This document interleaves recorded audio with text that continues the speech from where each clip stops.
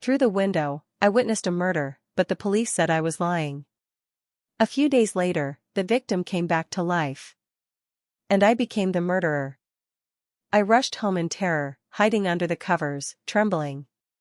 Just an hour ago, I had seen a brutal killing with my own eyes. Working late into the early morning, the building was already empty. While waiting for my ride downstairs, I twisted my stiff neck. For a brief moment, through the brightly lit floor-to-ceiling window on the 9th floor, I saw a horrifying scene. A woman raised her high heel and slammed it hard onto the forehead of the man opposite her. He collapsed instantly. The 9th floor. Our company. Beep. The honk of the ride-hailing car snapped me back to reality. I dove into the car, and all the way, the scene I had just witnessed kept flashing through my mind. I clearly remembered, I was the last one to leave the company. I had deliberately turned off the lights when I left. But the 9th floor just now was brightly lit. Who turned on the lights? Who was hiding in the shadows? Who was the killer? And who was the victim? Terrifying thoughts spread through my mind. Suddenly, there was a knock at the door. Arya, this is Rylan. I need your help with an investigation. Please open the door. Rylan is the community police officer. I had met him a few times. It was his voice. I opened the door, but standing there was a stranger in a police uniform. Arya? I'm Damon, a detective from the precinct. I glanced at the badge he showed me, then nodded toward Rylan standing beside him. An hour ago, there was a homicide in the building where your company is located. After investigation, it appears you were working overtime at the company when the crime occurred, so there are a few questions we need you to answer.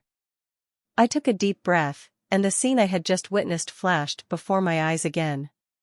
I nodded and let the two police officers into the house, where they sat down in the living room. Arya.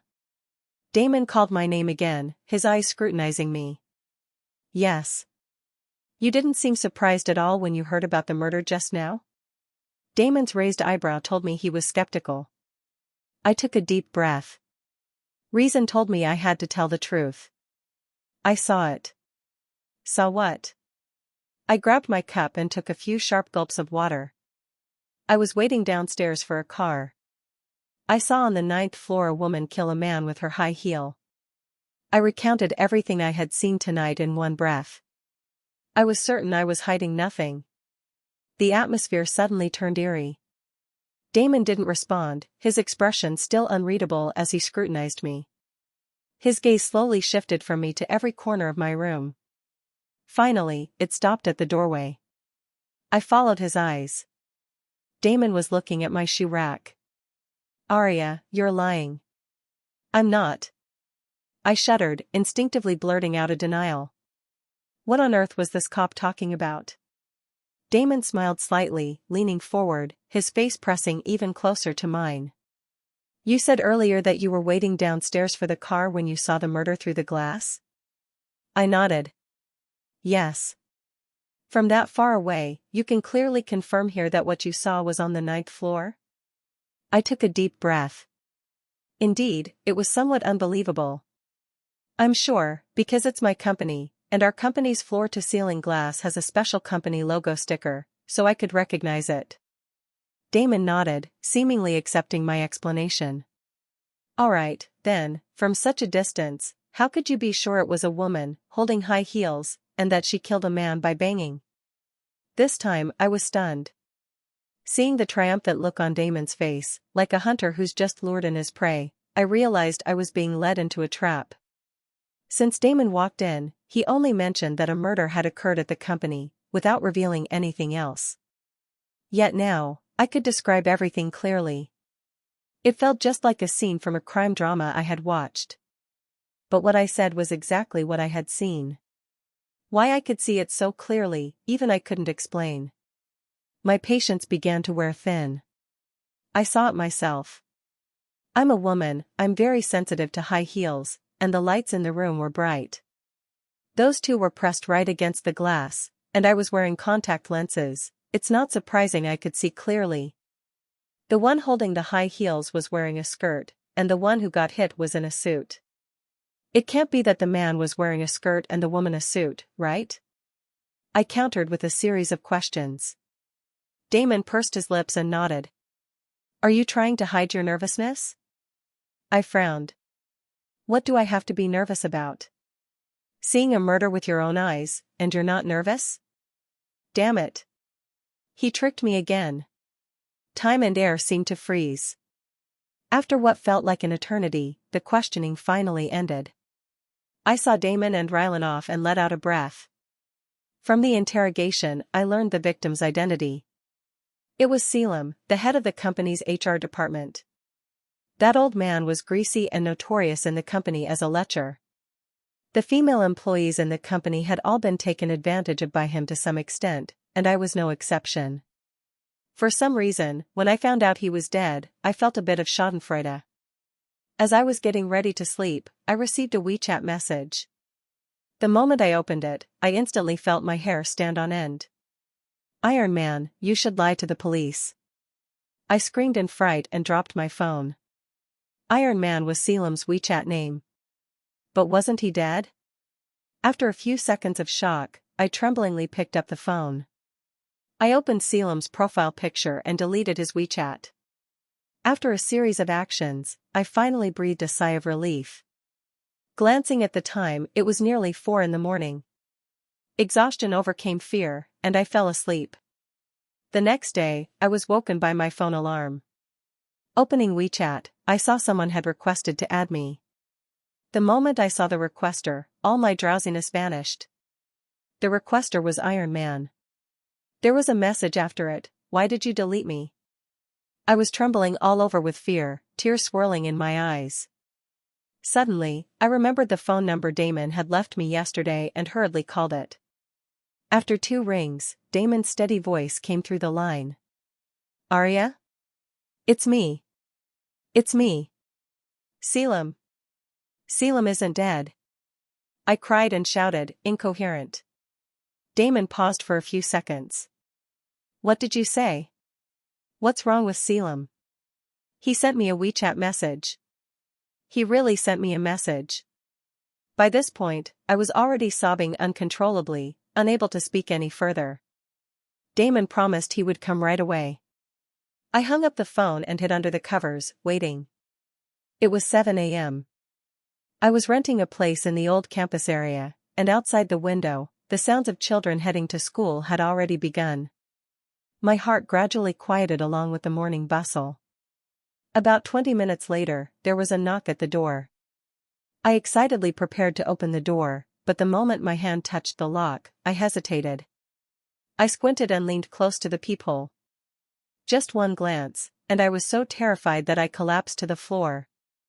Standing outside the door was the woman who killed someone yesterday. I covered my mouth, afraid to breathe. At this moment, the woman from yesterday and I were separated by only a door. I recognized the clothes she was wearing. A bright red dress, as red as blood. The woman outside raised one hand. In it was a red high-heeled shoe. It had to be the very shoe she used to kill Selim yesterday. I stepped back, wanting to call Damon. My phone was on the coffee table. I didn't dare turn around, fearing that the moment I did, the woman would come in. I was afraid she would raise the high heel in her hand and smash it into my head. I reached behind me for the phone, my eyes fixed on the door the entire time. Suddenly, the phone rang. Immediately after, there was a rapid series of knocks at the door. Knock, knock, knock. That woman must have heard the phone ringing. She was panicking. She knew I saw her kill someone, and now she was coming to silence me. I didn't dare think any further, grabbing the phone with a trembling voice. Before I could speak, Damon's voice came through slowly. "Arya, are you opening the door?" I was stunned. "No. That woman. She's right outside my door, you have to come." "Hurry." "What are you talking about?" "I'm right outside your door, knocking for ages and you still won't open." A shiver ran through me as I rushed to the peephole to look outside again. The woman was gone. In her place stood Damon, dressed casually.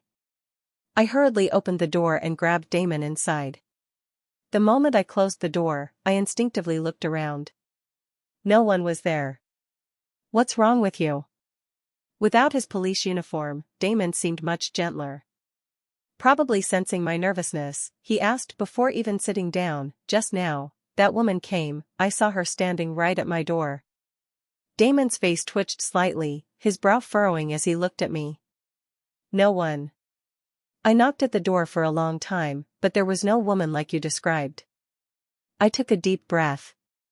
Honestly, I wasn't even sure what was really going on. After a moment of silence, Damon's expression turned serious again, just like last night. "You said something on the phone, what's going on with Selim?" Only then did I remember why I had called Damon in the first place. I hurriedly picked up the phone from the floor and opened WeChat. At that moment, a wave of nervousness suddenly washed over me. What if I opened WeChat and found no contact for Selim? The thought froze me in place. Those few seconds of hesitation immediately triggered Damon's alertness. He took my phone, fiddled with it for a moment, then handed it back to me. A few minutes later, he took a call. His expression darkened instantly. "Arya, are you sure you didn't lie yesterday?" "What do you mean?" The irritation was sharp, but fear wrapped around me once again. Damon sat down, shaking his phone. "I saw the WeChat message Selim sent you yesterday." He paused, as if studying me. Hearing that, I let out a breath. It wasn't my imagination. But in just half a second, the feeling of relief vanished. Overwhelming terror swept over me. There really was a WeChat message. So that means, a dead man sent me a message? Damon continued, "I just had a colleague check the time that message was sent, it was after the murder last night." I looked at Damon, terrified. It really was sent by the dead. Damon went on, "The sending IP, it's your home." A thunderclap struck me instantly. My scalp tingled, and I collapsed onto the sofa. A dead man, in my house, sending me a WeChat message. "Arya, do you have any good reason to explain this to me?" Damon, who had been someone helping me, suddenly became someone investigating me. I trembled, babbling nonstop. "How is this possible? How could this be?" "Arya, I know it's impossible too. Selim's body is still in the morgue, otherwise." Damon paused. I watched him nervously, hoping the second half of his sentence would give me some hope. "Otherwise, we could check the surveillance. Did he somehow come back to life in the middle of the night and send you that message?" Despair. I knew Damon wouldn't believe me. But I couldn't explain. "Why don't you just check Selim's phone? Why are you so fixated on me?" "We didn't find Selim's phone at the scene. Damon explained, sending a message. A few minutes later, a police officer entered with a search warrant. "Arya, we now suspect you are connected to the murder of Selim. Please cooperate with the search." After saying this, Damon gave another officer a look. The search began. I said nothing. Let them search, it might prove my innocence. I sat numb on the sofa, watching the police rummage through my room. Damon's gaze, just like yesterday, landed on the shoe cabinet by my door. "May I take a look?" I knew he didn't really need my permission, but I still nodded. Damon stood up, put on gloves, crouched down, and opened the shoe cabinet. I remained seated, watching him from a distance. Suddenly, he pulled out a pair of red high heels from the cabinet. "Are these shoes yours?" I clenched my fists in shock, a cold sweat breaking out all over me. "The shoes aren't mine. I never wear high heels." "But these shoes, they were exactly the same as the ones the woman who killed wore. Identical." I was framed. "Arya?" Damon looked at the shoe, then came over to me and gestured a few times near my foot with it. He took out a transparent bag from his belongings and put the shoe inside.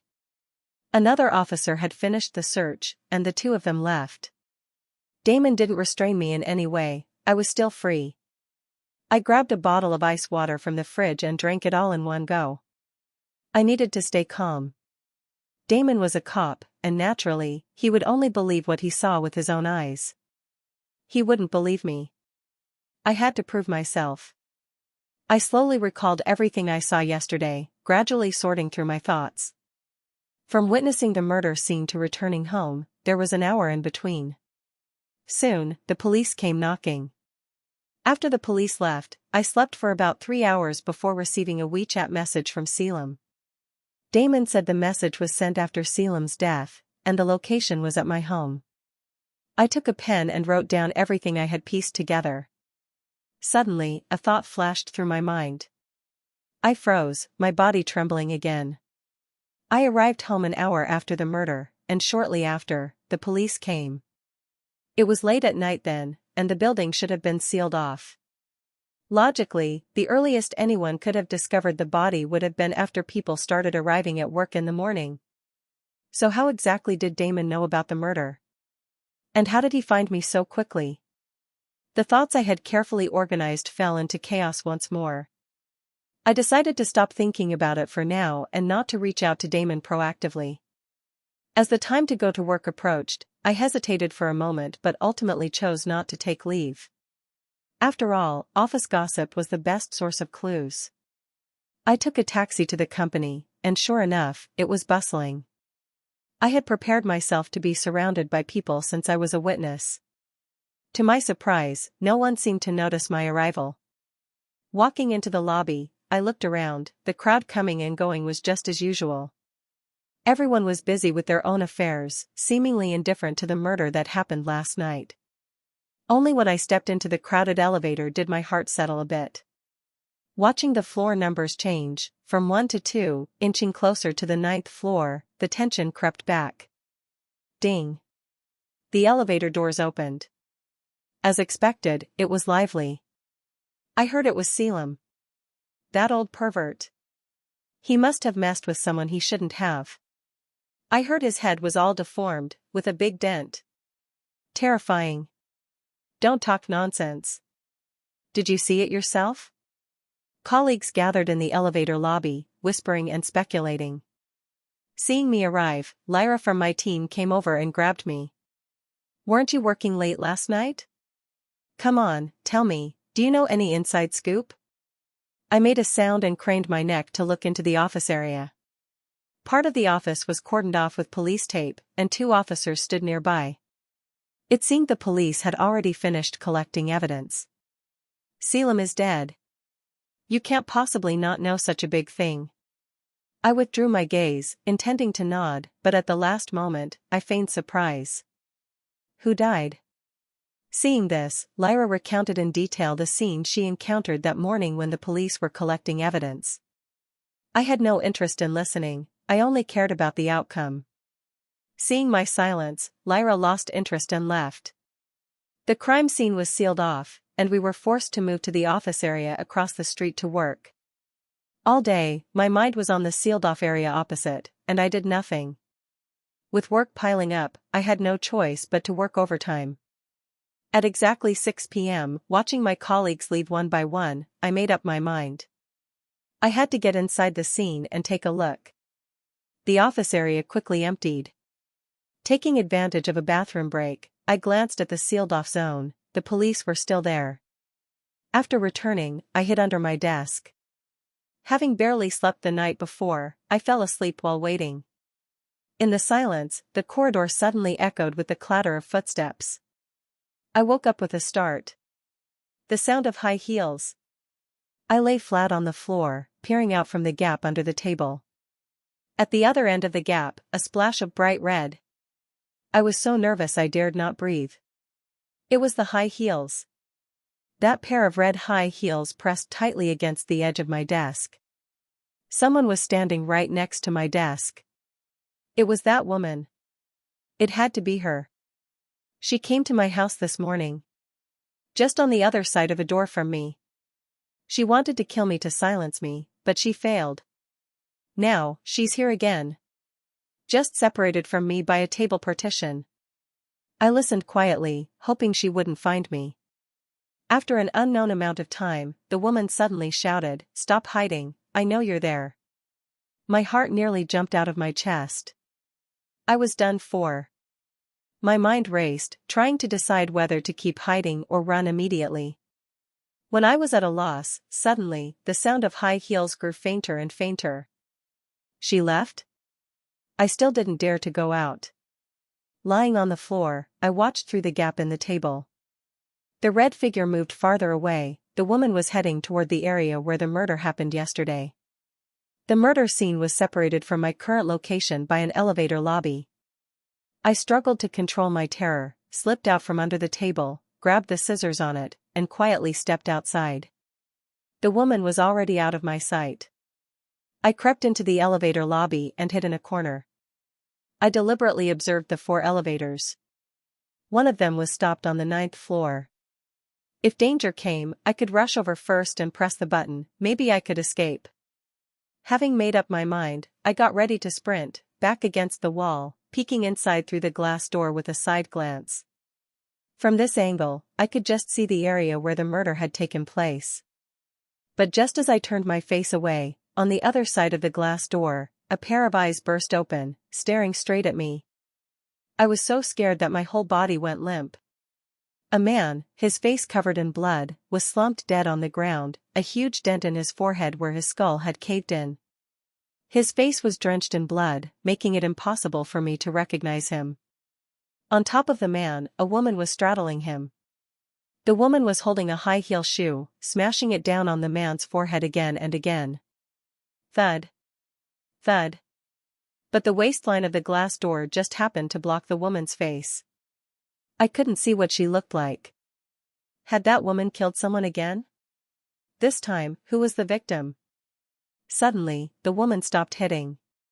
She stood up, turned her back to me, and walked to the wall, pressing the light switch. Flash.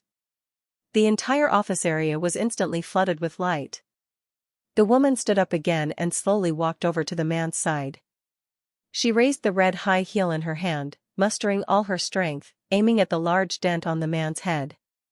She slammed it down hard.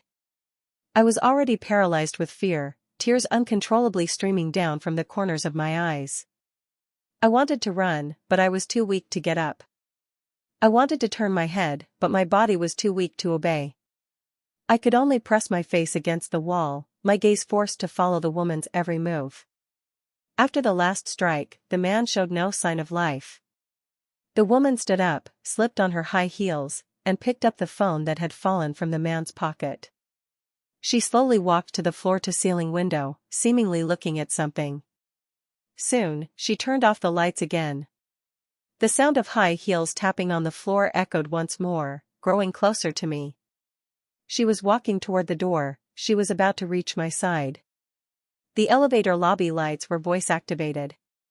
As soon as the woman entered the elevator area, the lights would turn on immediately. She was about to discover me. I was engulfed by despair. Helpless, I could only feel the woman slowly approaching me. I gripped the scissors tightly in my hand. If she discovered me, I would fight to the death. The elevator light flickered on. At this moment, I hid in the only shadowed corner. The woman kept her back to me, I couldn't see her face. She walked to the elevator door and pressed the button.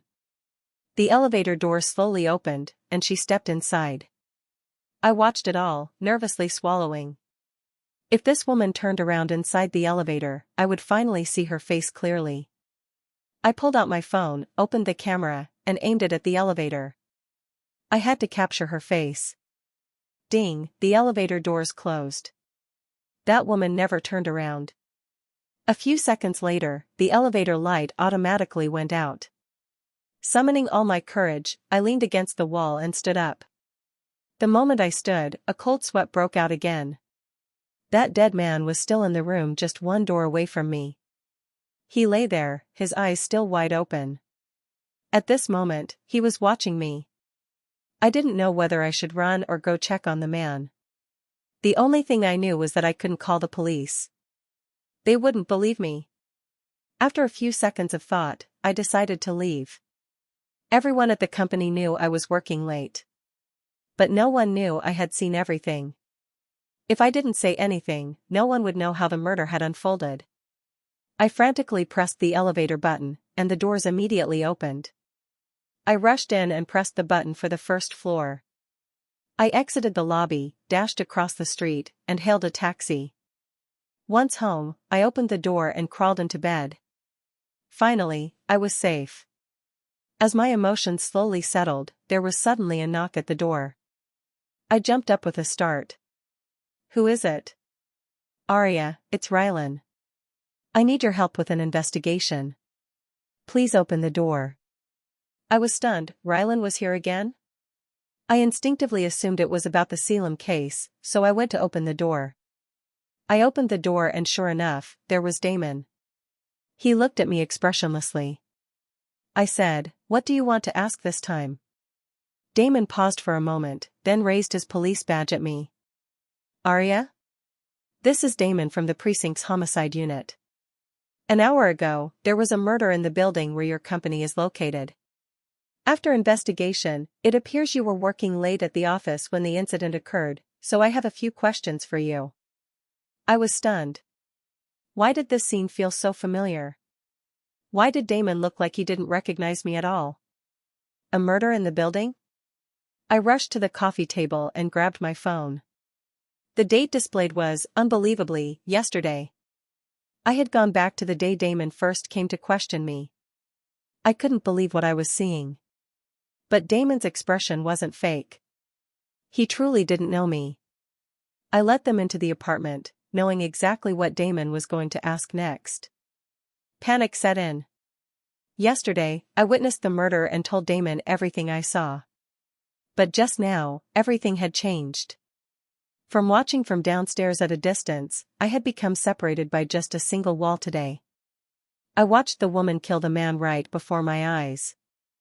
I watched the man turn from living to dead right before my eyes. I remembered the words Damon said after questioning me yesterday. He said I was lying. I stared blankly at Damon's mouth opening and closing, the buzzing in my ears drowning out everything else. I couldn't hear what Damon was saying. Right now, there was only one thought in my mind. How should I talk to Damon? According to yesterday, that means I was lying. If I spoke about everything I saw today, then yesterday's me was lying. I looked into Damon's eyes. For some reason, I felt he was sneering. It seemed he saw right through me. "Arya, were you in the building when the crime happened? Did you see or hear anything?" I looked at Damon, and this time I didn't answer. "Arya?" Damon called me again. I took a deep breath and asked back, "Damon, I don't understand what you mean. You're talking about the murder?" I decided not to obey anymore. I don't trust Damon. Damon looked a bit surprised, a casual smile flickering at the corner of his mouth. This time, it wasn't a sneer. "We received a report that a man was killed in your building. We immediately dispatched officers to investigate the scene. The deceased is your company's HR, Selim. We reviewed the surveillance footage. During the time of the murder, the building's cameras captured you." My heart skipped a beat, quickly shifting from nervousness to excitement. If the cameras caught me, then they must have caught that woman too. Damon's eyes sharpened, staring straight at me. I still refused to reveal everything I had seen. I was working late, it's not unusual for the building's cameras to catch me. Besides, I didn't see anything. When I left, I should have been the only one in the building, but I'm not sure. I gave what I thought was a reasonable answer. Suddenly, Damon stood up, his tone icy. "Arya. You're lying." Damon took me back to the police station. I sat down in the interrogation room. Damon stood in front of me. When we arrived at the scene, we immediately checked the surveillance footage, but unfortunately, the cameras were damaged. I was stunned. So Damon was lying too. Without surveillance, he obviously couldn't have seen me. But without surveillance, no one could have seen that woman either. "Are you lying to me?" I demanded. Damon leaned against the table, looking at me coldly. "Let's be reasonable, Arya. When the victim was killed, you were the only one in the company. You both worked in the same office area. Did you really see anything?" At that moment, my mind was in chaos. I didn't know whether I should tell the truth. But the situation was different now. Damon had brought me to the police station and put me in the interrogation room. This was the suspect's seat. I am now the prime suspect. I saw a woman who killed Selim with her high heels. In the current situation, lying does me no good. I can only tell the truth. Damon snorted disdainfully. I knew this only made him more suspicious of me. Then why didn't you say anything when we questioned you at your place earlier? I was scared. My answer carried a hint of stubbornness. At this moment, I could only simply believe that as long as I didn't kill anyone, I would be fine. The questioning went on all night, leaving me utterly exhausted. It wasn't until 6 a.m. that I was allowed to leave the police station. Before I left, Damon returned my phone. We need you to keep your phone on 24/7 and you can't leave the city for now. I nodded, took the phone, and left. I called in sick, I just couldn't bring myself to go to work. Back home, I took a shower and was about to turn off my phone. Remembering Damon's words, I had no choice but to keep it on. I was so tired that I crawled into bed, wanting nothing but to sleep. I deliberately put my phone on silent. Whether it was people or ghosts, as long as it was on silent, at least during my sleeping hours, I wouldn't see any WeChat messages. I slept deeply until late at night, when hunger woke me up. I picked up my phone, wanting to order a late-night snack. The moment I grabbed it, the screen lit up. I glanced quickly, no WeChat messages. I finally breathed a sigh of relief. After placing the order, it arrived in about half an hour. Habitually, I waited until the delivery guy was just outside the door. I listened for the sound of him leaving before opening the door to take the food. I sat down and opened the box, only to find a note placed on the lid. I thought it was a cashback card for liking the order, so I started to open it. But the moment I read the words, I screamed in terror. This time, you should lie too. I frantically dialed the delivery guy's number and tried to contact him through the app. But the order was completed, and I couldn't find him anymore. I stared at the handwriting on the note. An overwhelming fear threatened to crush me. The handwriting is mine. The words on it are exactly the same as my handwriting. That woman kept staring at me. She not only knows my company and my address, but she also knows I ordered takeout. She can even imitate my handwriting. I grabbed my phone, wanting to call Damon. But I held back. The handwriting is mine. Giving it to Damon would only deepen my suspicion. I was starving, so I devoured my meal, then sat down on the sofa. This time, I had to think seriously. I'm going to fight back. Reviewing the two experiences, I began to realize I had gone through the same murder twice. The second time, I was closer to the scene than the first. If this loop happens again, this time I will see the killer's face clearly. I packed my things and went to the office.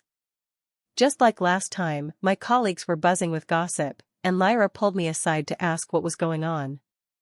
I dealt with everyone one by one. After everyone left and the building's lights went out, I hid under the desk closest to the corpse. If Selim lies down, his head will fall at my feet. I prepared my phone and turned on the camera. Quietly waiting. I want to capture the whole process. This time I didn't sleep, my eyes stared fixedly at the door through the gap in the desk. Last time, I clearly saw the police tape, but after waking up, I was back at the time of the crime. I don't know exactly which moment, or which time period, caused the time loop. This time I won't sleep, I will wait for that moment to come. Time passed slowly, all the way until the next morning, and nothing happened. Seeing that it was almost time to start work and people would soon arrive, I slipped out from under the desk and went to the bathroom to wash my face. Looking at myself in the mirror, I breathed a sigh of relief. Maybe I was overthinking it, time wouldn't turn back again. There would be no more loops. I tidied my clothes and returned to the office area, glanced at a colleague's phone. The time was correct. Sitting at my desk, I instantly relaxed, laid my head on the table, and dozed off drowsily. Faintly, I heard the sound of high heels again. I snapped my eyes open. Darkness surrounded me. As the sound grew closer, I grabbed my phone like a madman. The time on it had reverted to the night of the incident. I sprang up suddenly. Though it was still dark, this time I was very close. I saw a shadowy figure in the distance. Judging by the shape, I was certain it was Selim. I crawled along the corridor, lying low as I moved toward him. Soon, I hid under the table nearest to him. Unfortunately, I couldn't get under the table with the best vantage point. From this angle, all I could see were the feet of the dead Selim. That's right. Be a good girl, and if you obey me, I won't treat you badly. The sound of high heels grew closer and stopped beside me. Selim uttered a sickening line. He was taunting the woman opposite him. I peered through the crack in the door, only able to see the woman's calves and the pair of red high heels on her feet. In a few minutes, Selim would die beneath those very shoes. I pulled out my phone and turned on the camera. Although I couldn't capture everything, as long as we recorded the video and the conversation, it would at least provide the police with some clues. And with the video, I could prove my innocence. Selim continued to shamelessly tease the woman opposite him. But she never uttered a word from start to finish. I watched as Selim crouched down, a lecherous smile spreading across his face. He was kissing the woman's calves. Take off your shoes, let me see your feet. Selim's eyes greedily fixed on the woman's feet, as if staring at prey. The woman slipped off her shoes and lifted her feet in front of Selim. This disgusting man cradled her feet, admiring them, and the next second, there was a thud. Blood trickled down his forehead. The same sound as before, the same scene. Selim lay on the ground. The woman straddled him, smashing him to death with her high heels, blow after blow. Yet I could only see the woman's back. After a long while, the scent of death lingered. The woman picked up her phone and stood up, passing by me. At that moment, I caught the metallic tang of blood drifting from her high heels. I stifled my nausea and looked toward the woman. Her gaze was fixed outside the floor-to-ceiling window, lost in thought. Soon, she left the building. The moment I confirmed she was gone, I quickly left as well and hailed a cab to the police station. I burst into the reporting hall, shouting, "I want to report a murder." Once again, I was taken into an interrogation room. Sitting across from me was Damon. I directly took out my phone and played the footage I had recorded. Damon watched the video, while another group of police officers had already arrived at the scene. I had become the reporter. Damon remained as he had been before. Besides the video, did you see anything else? Or is there something else you need to tell me? I was momentarily stunned. Damon's tone didn't sound like he was addressing a reporter. I shook my head. Isn't this enough? Damon handed the phone to the police officer beside him. You'll get your phone back in a moment. After saying this, he leaned close to me. I could even feel his breath. Arya, I'm asking you, how did you know there would be a homicide in the building tonight, and how did you prepare everything to record this video? I was at a loss for words. I was just working overtime and happened to come across it. Damon's question caught me off guard. Unprepared, I gave the most honest response I could. Damon pressed on. My colleague said your workstation wasn't close to the victims. Even if, as you claim, you accidentally witnessed the murder, why were you hiding under the victim's desk? Why were you so close to him? A thunderclap. I had no answer. Suddenly, I realized that by taking the initiative this time, I had pushed myself into an abyss. Another whole night of questioning, even more intense than before. Damon's relentless interrogation left me speechless. When I got home, I didn't shower or sleep. I grabbed my phone and ordered takeout. I waited for the mysterious woman to leave me another message. The food arrived, but there was no note. My phone remained silent. The woman hadn't shown up. Suddenly, there was a knock at the door. My heart raced wildly. Could it be that this time, the woman had come in person? Having been through so much, I no longer felt the fear I had at the start. I went to the kitchen, grabbed a knife, and looked through the peephole. Arya, it's Damon. Outside was Damon. I casually placed the knife on the shoe cabinet by the door and opened it. Damon came in, and the first thing he noticed was the knife on the shoe cabinet. I was about to make some food, I explained. Soon, his gaze shifted to the takeout on the coffee table. I wanted to chop some vegetables, I explained again. Honestly, I no longer cared what Damon thought. He said nothing and sat down on the sofa. Arya, you're lying. I gave a helpless smile and sat beside him. Why would I lie? I sat very close to Damon. After these repeated cycles, I was familiar with him and felt less distance. But Damon was very uncomfortable with this breach of personal space. He stood up and moved to the chair beside us. I'm also puzzled why you would lie, so I want you to repeat everything you saw. I complied and told him everything. But I could never perfectly explain why I hid under Selim's desk. Anyway, with no clues, even if Damon took me away, I'd only be exposed to the light for 24 hours at most. I thought Damon would leave if he couldn't get any clues. But for some reason, his tone suddenly softened. I find it strange. I feel like I've seen you before. I was startled. But I'm sure I haven't. The hope I had kindled vanished again. Of course, how could it be such a coincidence that Damon had also experienced the loop? I'm not lying. I can only say that I've been through things even I can't understand. I really wanted to say that I had repeatedly lived through the same murder case. If possible, I even wanted to bring Damon inside to see it with his own eyes. But if I said that, he wouldn't believe me. Damon would think I was the killer. Or that I was crazy. Damon showed no intention of leaving. The two of us remained locked in this stalemate. In the end, he was the one to speak first. If you remember anything else, call me. I nodded. As I saw him out, Damon suddenly said to me, actually, I believe you didn't kill anyone. I gave a self-mocking smile. Thank you. By then, I was utterly exhausted. I was sleepy, but I dared not close my eyes. I was afraid that if I fell asleep and opened them again, I would be back to the night of the crime. But in the end, I couldn't fight off the drowsiness. I fell asleep. When I woke up, I was back before the crime happened. I snapped my eyes open, and this time, there was no sound of high heels. I glanced at my phone. 9 p.m. This time, I had come back early. Overwhelmed with excitement, I dialed Damon's number. Hello? Damon's familiar voice came through. I didn't explain and spoke right away. Listen, come to the 9th floor of the Universal building immediately.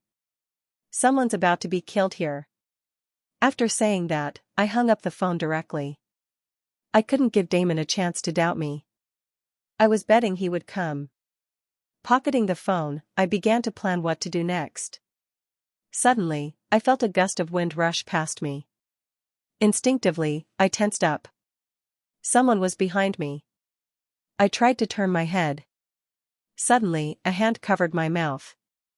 A sharp, pungent smell hit my nostrils, and I instantly went limp all over. If nothing went wrong, as soon as I fell asleep, I would enter the loop. But no. The pungent sedative only made me weak and unable to resist. My consciousness remained clear. I was not unconscious. This time, I saw the person's face clearly. But it wasn't the woman I had thought. It was Selim. Little girl, I've been craving you for a long time. Selim's hands roamed over my body. I couldn't move, only helplessly watched as he took off my clothes. Next to him lay a red dress and a pair of red high heels.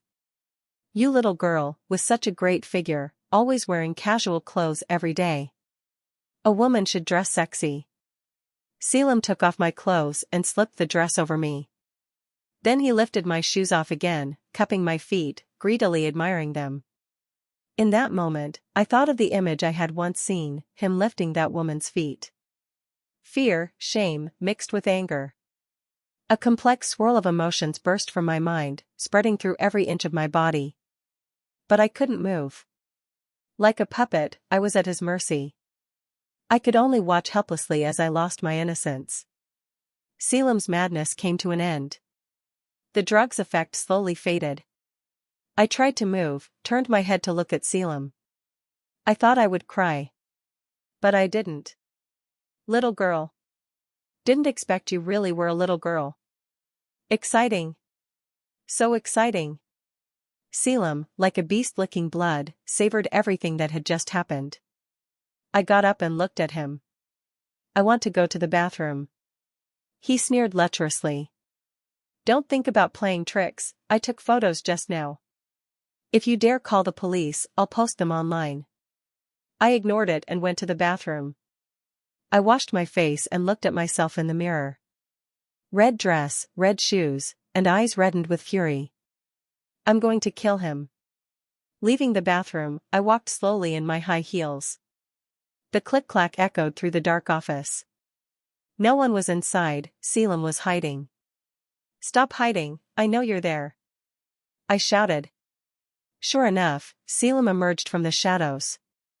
I stepped in front of him, coldly staring. That's right. Be good like this. As long as you obey me, I won't treat you badly. Selim looked at me with satisfaction. He crouched down and began kissing my calf. Take off your shoes, let me see your feet.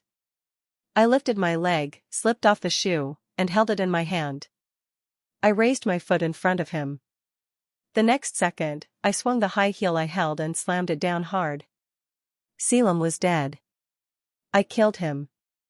When I killed him, I was exhilarated. The exhilaration faded, and reason returned. Panic set in. I looked down at myself, red dress. I tilted my head to the shoe in my hand. I turned to the desk beside me. The woman who killed was me. Under that table, could it be? Suddenly, I opened my eyes wide in terror. I had called Damon earlier, he would be here any moment. No, I can't let him see all this. I have to lie. I grabbed Selim's phone from the floor and walked over to the floor-to-ceiling window to look outside. It was quiet downstairs, Damon probably hadn't arrived yet.